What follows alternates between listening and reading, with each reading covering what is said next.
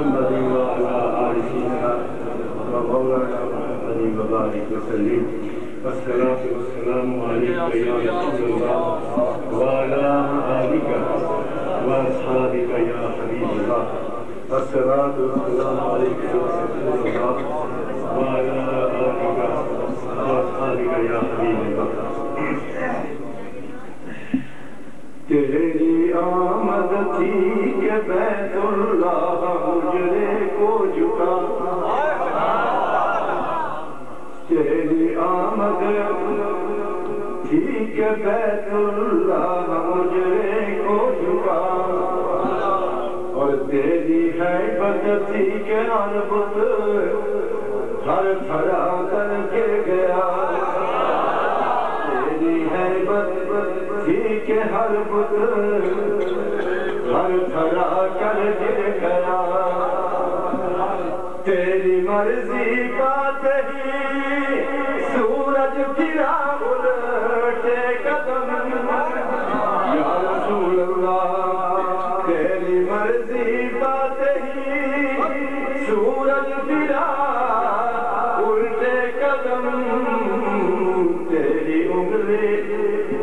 اٹھ گئے مہنگا کلیجہ گر گیا، تیری انگلی اٹھ گئے مہنگا کلیجہ گر گیا، تیری انگلی اٹھ گئے مہنگا کلیجہ گر گیا،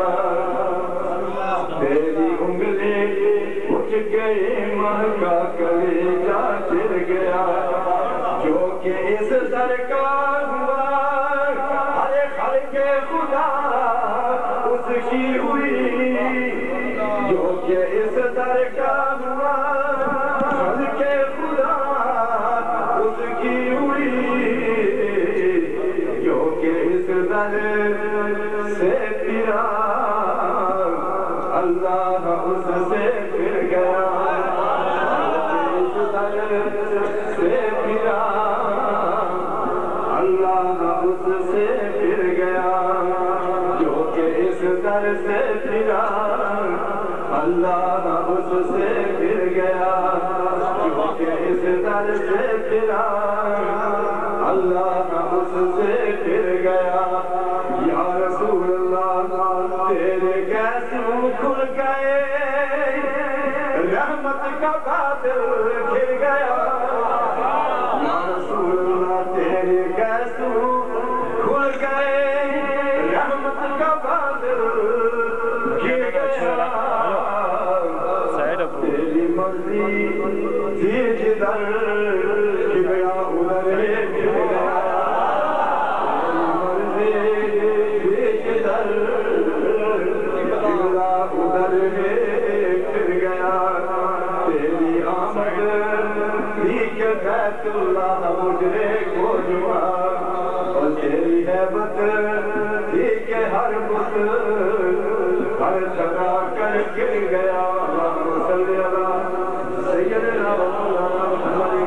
وعلی آل سیدنا ومولانا محمد وبارک وسلم، الصلاۃ والسلام علیک یا رسول اللہ وعلی آلک وصحبک یا حبیب اللہ، الصلاۃ والسلام علیک یا رسول اللہ وعلی آلک وصحبک یا حبیب اللہ۔ نہایت ہی قابل سعادت احترام علماء کرام، حفاظ کرام، نعت خوانان حضرات، بالخصوص حضرت مولانا حافظ قاری محمد معروف صاحب اور محترم و مکرم جناب مولانا حافظ محمد یونس صاحب اور محترم و مکرم جناب خلیفہ صوفی ظفر اقبال صاحب اور دیگر نہایت ہی قابل احترام ساتھیوں، دوستوں، بزرگوں، کافی وقت گزر چکا ہے اور آپ حضرات تھکے ماندے ہیں، اور میری نظر میں جو ہے وہ یہ کہ کچھ نہیں بلکہ بہت سے لوگ محفل سے اٹھ گئے ہیں، اور ابھی کافی جو مضبوط ارادے والے اور عشق و محبت والے ہیں وہ ابھی بیٹھے ہوئے ہیں۔ یہیں سے پتہ چل جاتا ہے کہ حلوے کے مجموع کون ہے اور کون دینے والے بنے. یہیں سے پتہ چل جاتا ہے کہ محبت والے عشق والے رسول کے نام لیوا کون ہیں اور میں زبانی دعویٰ کرنے والے کون ہیں. تو بہرحال آپ حضرات بڑی محبت سے، بڑے خلوص سے، بڑی عقیدت سے کافی دیر سے بیٹھے ہوئے ہیں اور آپ نے مواعظ حسنہ سنے. حضرت مولانا حافظ محمد عارف صاحب کا بیان آپ نے سنا. میں چاہتا تھا وہ اور جاری رکھیں 10-15 منٹ. ان کا بڑا فاضلانہ، بڑا عالمانہ، بڑا ناصحانہ اور مسلک کے لحاظ سے بڑا مضبوط خطاب تھا.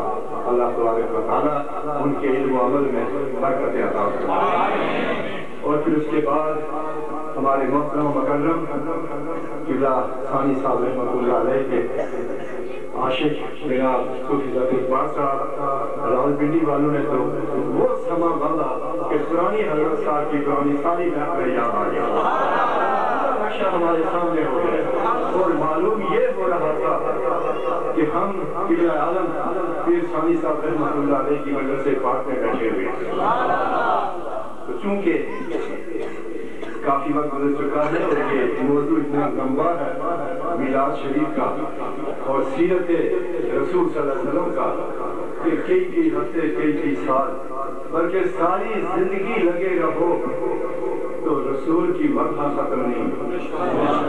ساری زندگی لگے رہیں یہ سارے سمندر سیاہی بن جائے،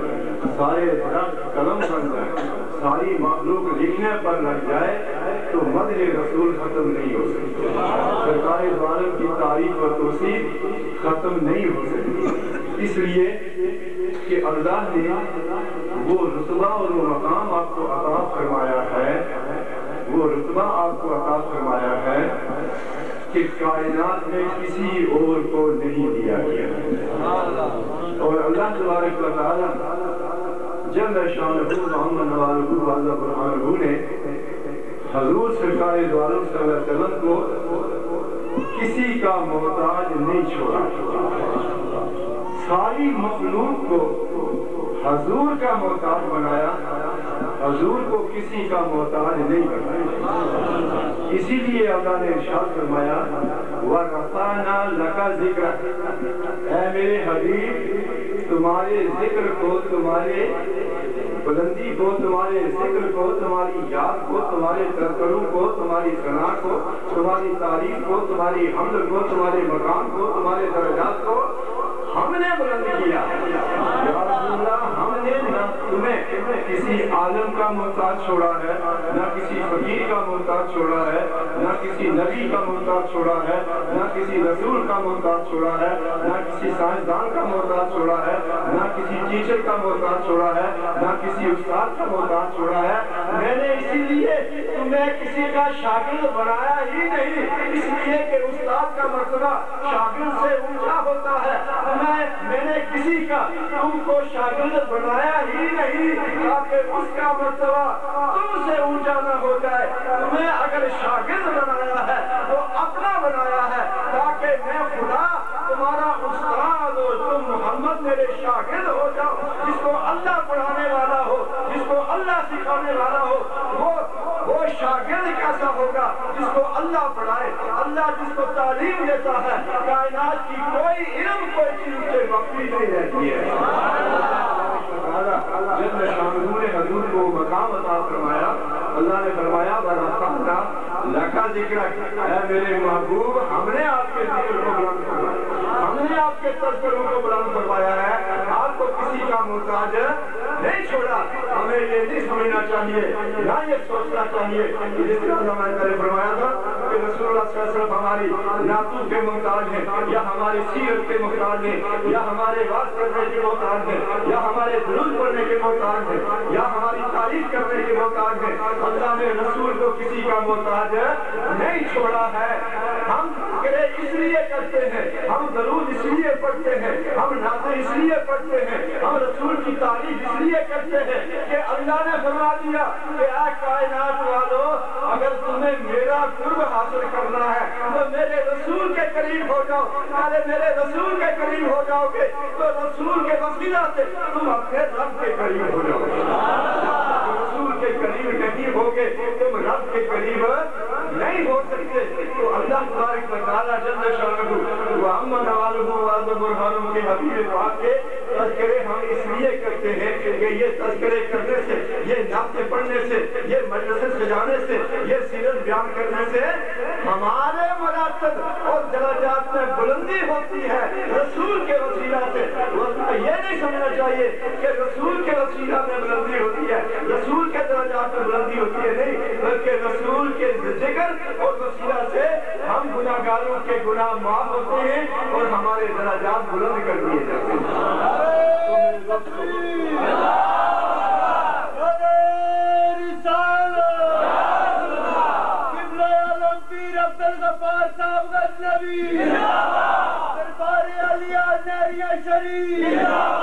تو میرے دوستو، چونکہ بات یہ موضوعی جو ہے حاضر، یہ میلاد مصطفیٰ، یہ ہے میلاد مصطفیٰ صلی اللہ علیہ وسلم۔ اور جیسا کہ آپ جانتے ہیں، پڑھے لکھے لوگ ہیں، ایک ہے شرکت محمدی،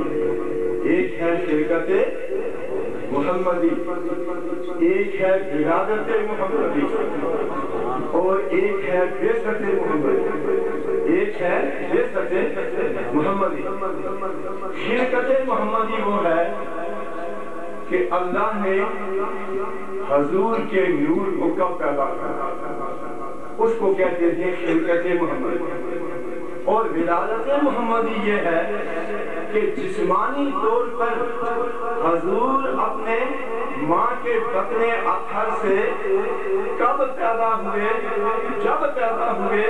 اس دن کی اور ان راتوں کی، ان دنوں کی خوشیاں منائی ہیں، ان کو کہتے ہیں ولادت محمدی۔ اور ایک ہے بعثت محمدی۔ بعثت محمدی یہ ہے کہ جب حضور سرکار دو عالم 40 سال کے ہوئے تو غار حرا میں گئے، وہاں عبادت میں مشغول رہے، وحی خداوندی نازل ہوئی، کچھ عرصہ نازل ہوتی رہی، اس کے بعد حضرت کو حکم ہوا کہ اے میرے حبیب، اب تم چلے جاؤ، مخلوق کو میری توحید کی طرف بلاؤ، مخلوق کو اسلام کی طرف بلاؤ، مخلوق کو شرک سے بچاؤ اور میری طرف بلا کے لے آؤ، دین کی تبلیغ کرو۔ جب تبلیغ اور دین سکھانے کا حکم ہوا اور کہہ دو کہ لا الہ الا اللہ محمد رسول اللہ، اللہ کے سوائے کوئی عبادت کے لائق نہیں، ایک اللہ ہی محبوب ہے، ایک اللہ ہی الہ ہے، ایک اللہ ہی خدا ہے، اور میں اللہ کا رسول بن کے آیا ہوں، اپنی رسالت کا اعلان کر دو۔ جب حضور کو اپنی رسالت کے اعلان کا حکم ہوا اور حضور نے اپنا رسول ہونا ظاہر کیا تو اس کو کہتے ہیں بعثت محمدی، اس کو کہتے ہیں بعثت محمدی۔ لیکن بعثت محمدی جو 40 سال کے بعد ہوئی، یہ حقیقت میں یہ نہیں سمجھنا چاہیے کہ حضور کو 40 سال کے بعد نبوت ہوئی، نہیں، بلکہ نبی جب پیدا ہوتا ہے تو وہ پیدائشی نبی ہوتا ہے، نبی پیدا ہوتا ہے تو پیدائشی نبی ہوتا ہے۔ اس لیے میں نے رات کو بھی یہ بات کی تھی، وسیلہ کے سلسلے میں بات کری تھی، تو میں نے کہا تھا کہ ایک ولایت کسبی ہوتی ہے، ایک ولایت وحبی ہوتی ہے۔ ولایت وحبی وہ ہے کہ جس پر اللہ مہربان ہو جائے اس کو ماں کے پیٹ سے ہی ولی پیدا کرا، اس کو کہتے ہیں ولایت وحبی۔ اور ایک ہے ولایت کسبی کہ انسان اپنی محنت سے، انسان اپنی مشقت سے، انسان اپنے چلوں سے، انسان مرشد کی خدمت سے، مرشد کے دربار میں رہنے سے اتنا مقام حاصل کر دے کہ اللہ تبارک و تعالیٰ اسے مقام ولایت پر فائز کر دے۔ اس کو کہتے ہیں ولایت کسبی، جو محنت سے حاصل کی ہے، اس کو کہتے ہیں ولایت کسبی جو محنت سے حاصل کی جائے. جس طرح کہ ان دونوں بھائیوں نے پیر ثانی صاحب رحمۃ اللہ علیہ اور پیر غلام محی الدین صاحب رحمۃ اللہ علیہ, ان دو بھائیوں نے موڑا شریف میں بابا قاسم موڑی رحمۃ اللہ علیہ کے ہاں 12-14 سال تک خدمت کی, لنگر چلائے, پکڑے, دن و رات کیے, پتھر ڈھوئے, اس کے علاوہ سارے دربار کے کام کیے. اور جب مرشد مہربان ہو گیا, بلایا, سینے سے لگایا, کہا تمہاری بہت محنت ہو گئی ہے, اب تم امتحان سے پاس ہو گئے ہو, جاؤ میں نے تمہیں عام انسان سے اللہ کا دوست اور اللہ کا ولی بنا کے رکھ دیا ہے, جدھر جاؤ گے مخلوق خدا کو سیراب کرتے جاؤ. اس کو کہتے ہیں ولایت قسمی. ولایت قسم سے مل سکتی ہے لیکن نبوت قسم سے نہیں مل سکتی. نبوت قسم سے نہیں مل سکتی, رسالت قسم سے نہیں مل سکتی, رسالت محنت سے نہیں مل سکتی, نبوت محنت سے نہیں مل سکتی. نبوت اور رسالت ہمیشہ یہ وحدی ہوتی ہے کہ جس پر اللہ مہربان ہو جائے اس کو نبی بنانا چاہے تو عالم ارواح میں ہی اللہ تعالیٰ اسے نبی بنا دیتا ہے, اور وہ ماں کے پیٹ سے ہی نبی پیدا ہوتا ہے. تو حضور سرکار دو عالم صلی اللہ علیہ وسلم جب اپنی ماں کے پیٹ سے پیدا ہوئے اس وقت ہی نہیں بلکہ اس سے لاکھوں سال پہلے ابھی آدم علیہ السلام کا وجود بھی نہیں بنا تھا, اللہ نے اس وقت حضور کو اپنا نبی اور رسول بنا کے بھیجا تھا. حضور فرماتے ہیں کنت نبی آدم بین الماء والطین, میں اس وقت اللہ کا نبی تھا جبکہ آدم علیہ السلام مٹی اور پانی کے درمیان میں تھے, ان کا وجود بن رہا تھا, ان کا خمیر تیار ہو رہا تھا, ان کا وجود بن رہا تھا. اس وقت اللہ نے مجھے نبی بنا کے بھیجا ہوا تھا, میں تو اس وقت بھی اللہ کا نبی تھا. جب آدم علیہ السلام کا خمیر تیار ہوا اور روح ڈالی گئی تو آنکھیں کھلی تو دیکھا عرش کے پایوں پہ لکھا ہوا ہے لا الہ الا اللہ محمد رسول اللہ. حوروں کی آنکھوں پہ لکھا ہے محمد رسول اللہ, جنت کے پردوں پہ لکھا ہے محمد رسول اللہ, ہر جگہ پہ لکھا ہے محمد رسول اللہ. اللہ سے پوچھا ہے اللہ یہ کون ہے جہاں ہر جگہ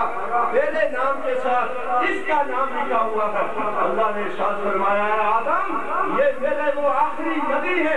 میرے وہ آخری رسول ہے جسے میں آخری خاتم النبیین رحمت للعالمین کا تاج پہنا کے دنیا میں بھیجنے والا ہوں. یہ میرا وہ رسول ہے کہ اگر میں اس کو پیدا نہ کرتا تو اے آدم تجھے بھی پیدا نہ کرتا. یہ ساری کائنات اس رسول کے صدقہ سے ہے جس کا نام میرے نام کے ساتھ لکھا ہوا ہے. اسی لیے مولانا ظفر علی خان صاحب رحمۃ اللہ علیہ حالانکہ مقصد کا محض حدیث ہے لیکن ان کا یہ بڑا پیارا شعر جب حق نکلتا ہے تو مخالفین کے منہ سے بھی نکل جاتا ہے, سچ نکلتا ہے تو مخالفین کے منہ سے بھی نکل جاتا ہے.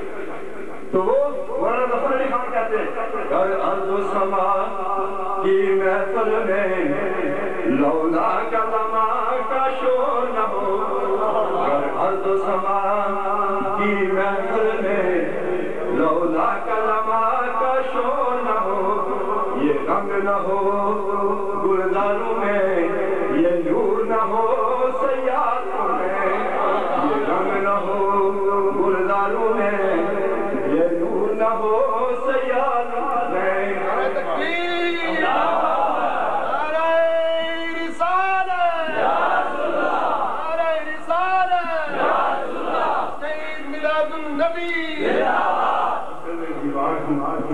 کمزور بہت ہوں, دمے کی الگ بیماری ہے, ہارٹ کی الگ بیماری ہے, کمزوری الگ ہے, ہائی بلڈ پریشر الگ ہے, لیکن مجھے سواد کے لیے لگا دیا گیا ہے تو 2-4 دن اب میں کوشش کر رہا ہوں لیکن سانس جواب دے رہی ہے کہ بھائی آگے نہیں بڑھنا, اس سے آگے تو نہیں جا سکتے. پتہ میں کوشش کر رہا ہوں 2-4 منٹ میں ختم کر رہا ہوں. تو کیا کہا مولانا ظفر علی خان نے, گر ارض و سما کی محفل میں لولا کلمہ کا شور نہ ہو. میں سے بیمار مسلمانوں بیماروں میں آنا پڑتا ہے. گر ارض و سما کی محفل میں لولا کلمہ کا شور نہ ہو, گر ارض و سما کی محفل میں لولا کلمہ کا شور نہ ہو,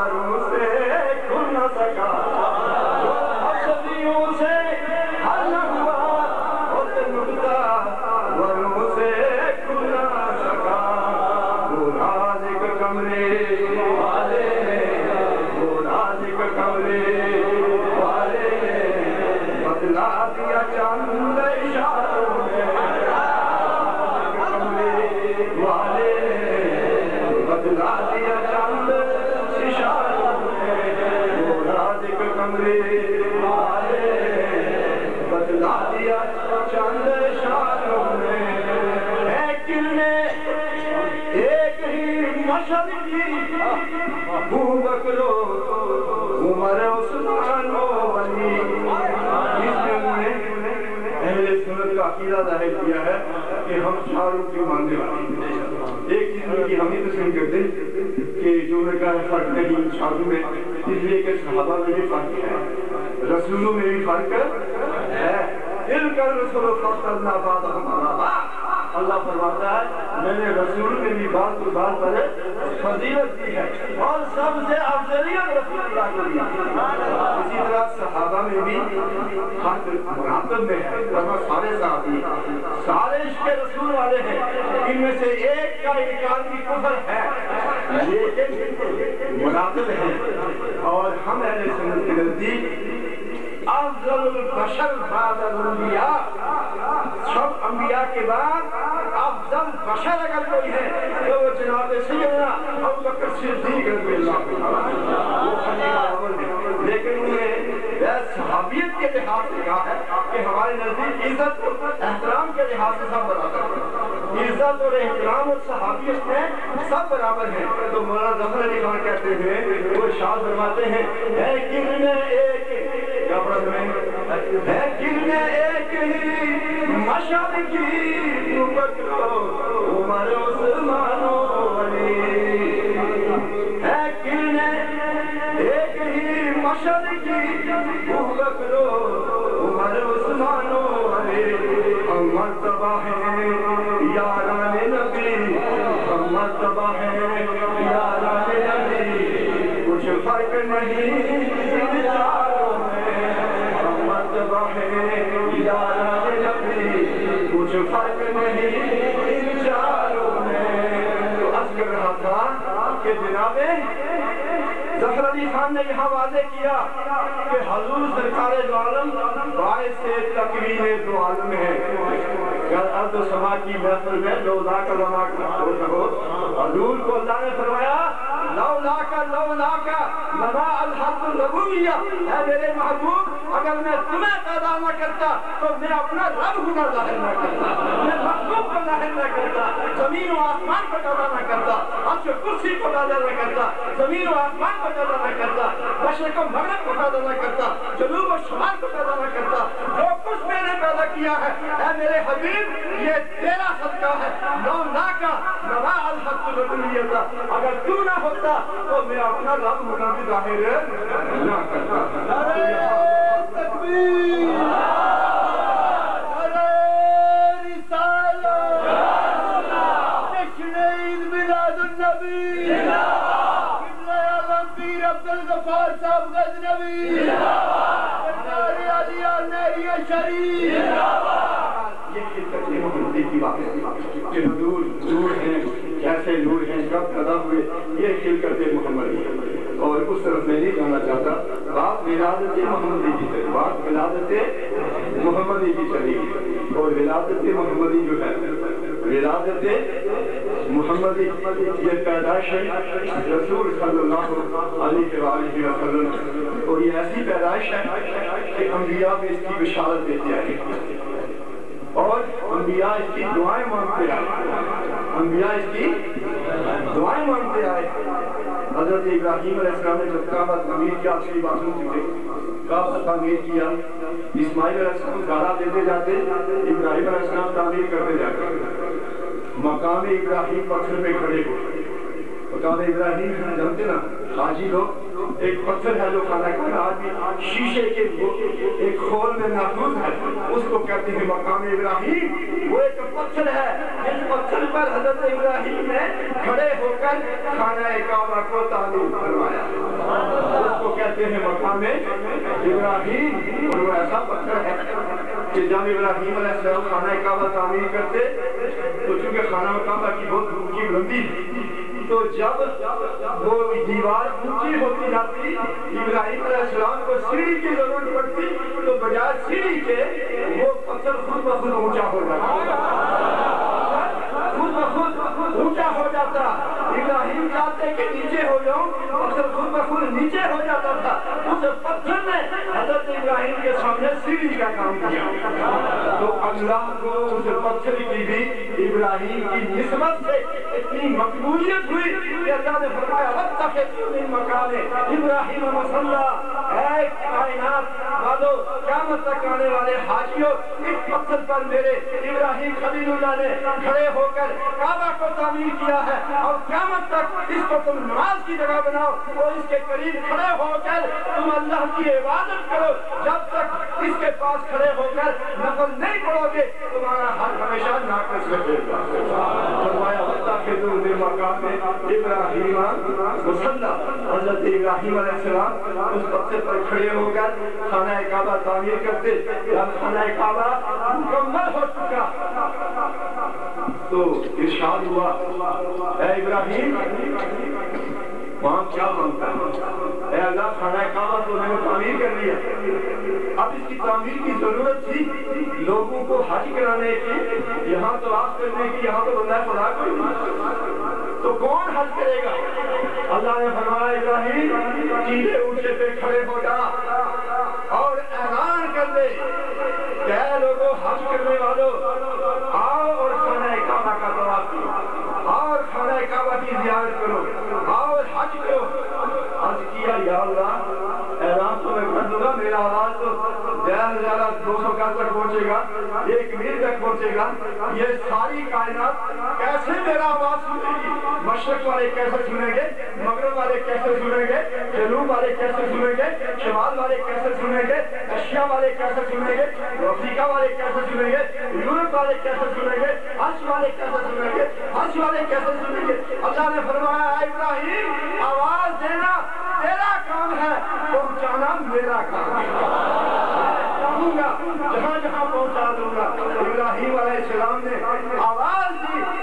جس کے کان میں وہ آواز پہنچی اس نے جتنی بار لبیک کہا اتنی بار اللہ نے اس کے قصوں پہ حج نصور کر دیا۔ تو حضرت ابراہیم علیہ السلام نے جب اس پتھر پہ کھڑے ہو کے کعبہ تعمیر کیا تو عرض کر رہا جب کعبہ تعمیر ہو چکا تو اللہ نے فرمایا ہے ابراہیم اب وہاں کے کیا مانگا ہے؟ تو ہر امتحان سے پاس ہو گیا، نمرود نے تمہیں آ کے اس علاؤ میں ڈالا تو کامیاب ہو گیا، تو کامیاب ہو گیا، اور میں نے تمہیں حکم دیا کہ اپنے بچے کو قربان کرو، تو کامیاب ہو گیا، اور اب تمہیں میں نے کہا کعبہ کو بناؤ، تم نے کعبہ بھی بنا دیا، اب مانگ کیا مانگتے ہو؟ ابراہیم علیہ السلام نے دولت نہیں مانگی، کیا نہیں مانگا؟ دولت نہیں مانگی، یہ نہیں کہا کہ اللہ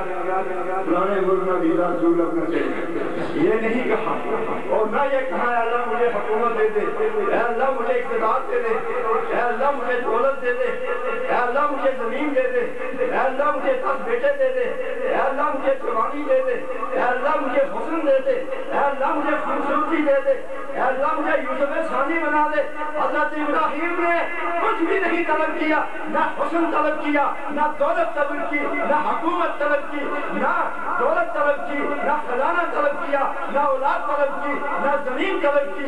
فقط یہ کہا ربنا بابا فیہم رسولا منہم یتلو علیہم آیاتہ ویزکیہم ویعلمہم الکتاب والحکمہ۔ اے اللہ تبارک و تعالیٰ میری ایک ہی عرض ہے، ایک ہی اصطلاح ہے، قرآن کہتا ہے کہ ابراہیم نے دعا مانگی اے اللہ میں اور کچھ نہیں مانگتا، صرف یہ مانگتا ہوں کہ جو تیرا آخری رسول رحمت للعالمین کا صحرا پہن کے، خاتم النبیین کا تاج پہن کے اس کائنات میں آخری نبی بن کے آنے والا ہے، اے اللہ اس کو میری اولاد اسماعیل میں سے پیدا کرنا تاکہ قیامت تک مجھے فخر ہو سکے کہ محمد رسول اللہ اللہ کا حبیب ابراہیم کی اولاد میں سے پیدا ہوا۔ کیا دعا کی ہے اللہ؟ ان کو میری اولاد میں سے پیدا کرنا۔ چنانچہ اللہ نے حضور سرکار دو عالم کو اسماعیل علیہ السلام کی اولاد سے پیدا کرنا۔ شجاع نسل جو ہے حضور کا حضرت اسماعیل علیہ السلام پھرتا ہے، اور حضور نے ایک بات کہی ہے، عقیدے کی بات ہے، حضور نے فرمایا ہے کہ میں پاک نسبوں سے پاک رحموں میں منتقل ہوتا ہے۔ کیا فرمایا؟ پاک نسبوں سے پاک رحموں میں منتقل ہوتا چلا ہے۔ اور میری پوری نسل میں کوئی آدمی زناکار نہیں رہا اور مشرک نہیں رہا ہے، بلکہ میری پوری نسل جو ہے اس کو اللہ نے گناہوں سے پاک اور صاف پیدا کیا ہے اور مجھے پاک رحموں میں منتقل کیا۔ تو اس سے یہ ذہن میں بات بٹھا لینی چاہیے کہ حضور کا جتنا نسل ہے یہ ساری کی جو جس نسل سے حضور چلتے آئے، ایک تو سجے کھبے والی باتیں ہیں وہ نہیں میں کرتا، چاچے تائے والی باتیں نہیں کرتا، سیدھی جو جس کو اصول فقہ میں فروع و اصول کہتے ہیں، فروع و اصول،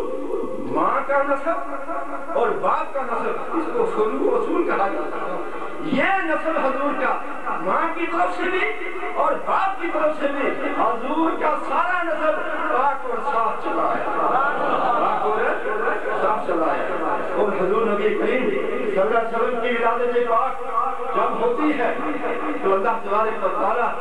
جل شانہ و عم نوالہ اپنی رحمتوں کی بارش برساتا ہے، فرشتوں کو حکم ہوتا ہے سلامی کے لیے تیار ہو جائے، حوروں کو حکم ہوتا ہے جنت کو سجا دیا جائے، اور حضور سرکار دو عالم صلی اللہ علیہ وسلم ابھی نہ رات ہے نہ صبح ہے،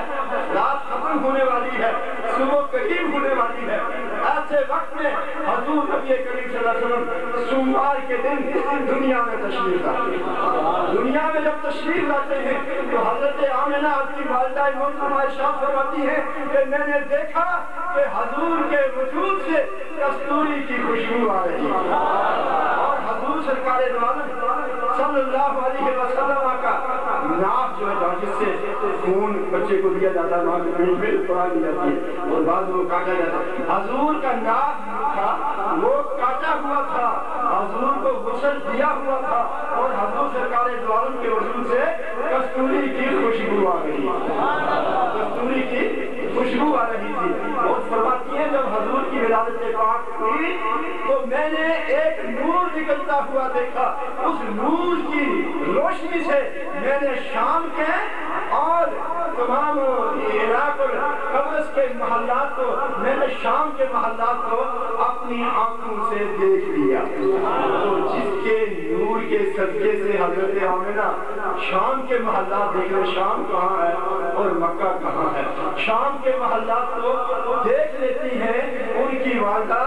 اس نور کے اپنی بصارت اور بصیرت کا کیا حال ہے، اپنی بصارت اور بصیرت کتنی افضل و اعلیٰ ہوگی۔ پھر حضرت آمنہ حضور کو پنگوڑے میں رکھتی ہے، پنگوڑے میں رکھتی ہے، رات ہوتی ہے، حضور کو پنگوڑے میں تکلیف ہوتی ہے، اور پرانے زمانے میں ایک رواج ہوتا تھا، عربوں کا اور افغانوں کا بھی ہے یہ رواج کہ وہ بچے کو پنگوڑے میں جب رکھتے ہیں اس کی دونوں ٹانگیں باندھ دیتے ہیں اور اس کے ہاتھ پیچھے باندھ دیتے ہیں، پیچھے باندھ کر اس کے اوپر ایک کپڑا لپیٹ دیتے ہیں، اس کپڑے پر ایک بڑی رسی لپیٹ دیتے ہیں تاکہ بچہ ہل نہ سکے، بچہ ہل نہ سکے۔ یہ ان کا اپنے خاندانی دستور ہے، عربوں کا بھی تھا اور پٹھانوں کا، افغانوں کا آج بھی وہ اسی طرح کرتے ہیں۔ تو بچے کو پنگوڑے میں رکھا تھا تو وہ جو تانے تھے نا وہ ٹائٹ کیے ہوئے تھے، تو فرماتے ہیں حضور کو اس وجہ سے تھوڑی تکلیف ہوگی، حضور کو جب تکلیف ہوئی حضور ہلنے لگے اور اپنے ہاتھ سے وہ جو رسی تھی اس کو ہلاتے، تو فرماتے ہیں کہ جدھر حضور کے ہاتھ جاتے تھے چاند جھک جاتا، جدھر حضور کے ہاتھ اٹھتے چاند بھی اسی طرف ہو جاتا تھا۔ اور حضور سرکار دو عالم صلی اللہ علیہ وسلم جب پنگوڑے میں روتے تو چاند ان کو بہلایا کرتا تھا اور ستارے جھک جایا کرتے تھے۔ یہ حضور کی بچپن کی ولادت کا حال ہے، اسی لیے اعلیٰ حضرت نے فرمایا چاند جھک جاتا جدھر انگلے اٹھاتے مہد میں، چاند جھک جاتا جدھر انگلی اٹھاتے مہد میں، کیا ہی چلتا تھا اشاروں کا کھلونا نور کا، کیا ہی چلتا تھا اشاروں کا کھلونا نور کا، صبح طیبہ میں ہوئی بجتا ہے بڑا نور کا، صدقہ لینے نور کا آیا ہے تارا نور کا۔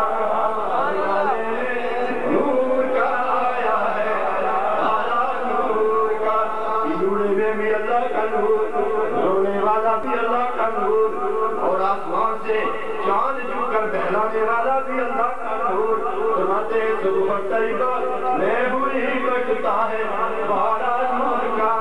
صدقہ لینے نور کا آیا ہے بارہ نور کا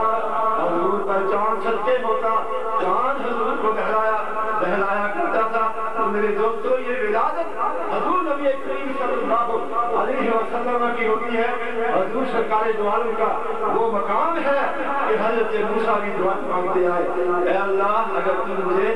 بنی اسرائیل کی نبی کی بجائے محمد رسول اللہ کا امتی بناتا تو مجھے آخری رسول کے امتی ہونے پر زیادہ فخر ہے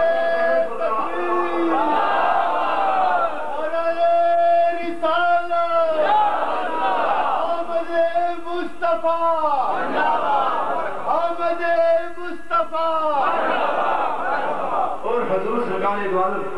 صلی اللہ علیہ وسلم بچپن میں بھی اللہ کے نبی ماں کے پیٹ میں بھی اللہ کے نبی عالم ارواح میں بھی اللہ کے نبی بعثت میں بھی اللہ کے نبی بعثت کے بعد بھی اللہ کے نبی اور قیامت تک اللہ کے نبی اور عالم ارواح میں بھی جب ابھی کائنات پیدا ہی نہیں تھی اس وقت بھی اللہ کے نبی تھے حضور اللہ کے نبی رہے ہیں نبی ہی نہیں بلکہ رسول اور نبی گر ہوئے ہیں جتنے نبیوں اور رسولوں کو رسالت و نبوت ملی یہ حضور کے صدقے سے ملی وہ کیسے وہ ایسے کہ جب عالم ارواح میں اللہ نے ساری نبیوں کی روحوں کو اکٹھا کیا قرآن کہتا ہے وَإِذَا أَخَذَ اللَّهُ مِيثَاقَ النَّبِيِّينَ لَمَا آتَيْتُكُم مِّن كِتَابٍ وَحِكْمَةٍ اللہ فرماتا ہے کہ میثاق کے دن اللہ نے سارے نبیوں رسولوں کی روحوں کو اکٹھا کیا اور اکٹھا کر کے کہا بھائی میں تمہیں رسول بنا کے بھیجنے والا ہوں میں تمہیں نبی بنا کے بھیجنے والا ہوں بات کس سے ہو رہی ہے نبیوں سے بات کس سے ہو رہی ہے نبیوں سے اور کہاں ہو رہی ہے عالم ارواح میں عالم ارواح کہتے ہیں روح والی ابھی جسم وغیرہ بنے گا بنے گی انسان دنیا میں آیا ہی نہیں تھا اس وقت ارواح سے بات ہو رہی ہے اللہ کہتا ہے میں تمہیں نبی بنا کے بھیج رہا ہوں لیکن ایک شرط ہے اب یہاں نبی کی شان دیکھو اپنے رسول کی شان دیکھو اپنے رسول کا مقام دیکھو کہ اللہ نبیوں سے کہہ رہا ابراہیم سے کہہ رہا اسماعیل سے کہہ رہا یحییٰ علیہ السلام سے کہہ رہا سلیمان علیہ السلام سے کہہ رہا ہے کہ جو نبی بھی تھے بادشاہ بھی تھے جن کا تخت ہوا پر اٹھتا تھا ان سے کہہ رہا ہے عیسیٰ سے کہہ رہا ہے موسیٰ سے کہہ رہا ہے اللہ کہ اگر میں تمہیں نبی بنا دوں اور تم نبی ہو تو تمہاری نبوت کے دور میں ہی میرا محبوب محمد رسول بن کے آ جائے میں اس کو بھی نبی بنا کے بھیج دوں تو کیا تم اس پر ایمان لے آؤ گے اور اس کو اپنا رسول مان لو گے عہد لیا نا اللہ نے وعدہ لیا اس کو رسول مان لو گے اس کو نبی مان لو گے تو میرے دوستوں سارے نبیوں نے کہا اے اللہ اگر وہ تیرا محبوب نبی آ گیا تو ہم اس پر ایمان بھی لے آئیں گے اور اس کی مدد بھی کریں گے اور بجائے اپنی نبوت کا اظہار کرنے کے ہم اسی کا کلمہ پڑھنا شروع کر دیں اسی پر ایمان لے آئیں گے اسی کا کلمہ پڑھنا شروع کر دیں گے ایمان ہی نہیں بلکہ اس کی مدد بھی کریں گے تو اللہ نے فرمایا جب تم میرے رسول پر ایمان لے آئے تو جاؤ میں نے قیامت تک تمہیں نبی اور رسول بنا دیا ہے اپنے اپنے مقام پر جب بھی تم زیادہ ہو گئے تمہیں نبوت اور رسالت سے فیضیاب کر دیا جائے گا اور نواز دیا جائے گا جاؤ آج کے بعد تم اللہ کے نبی ہو تم اللہ کے رسول ہو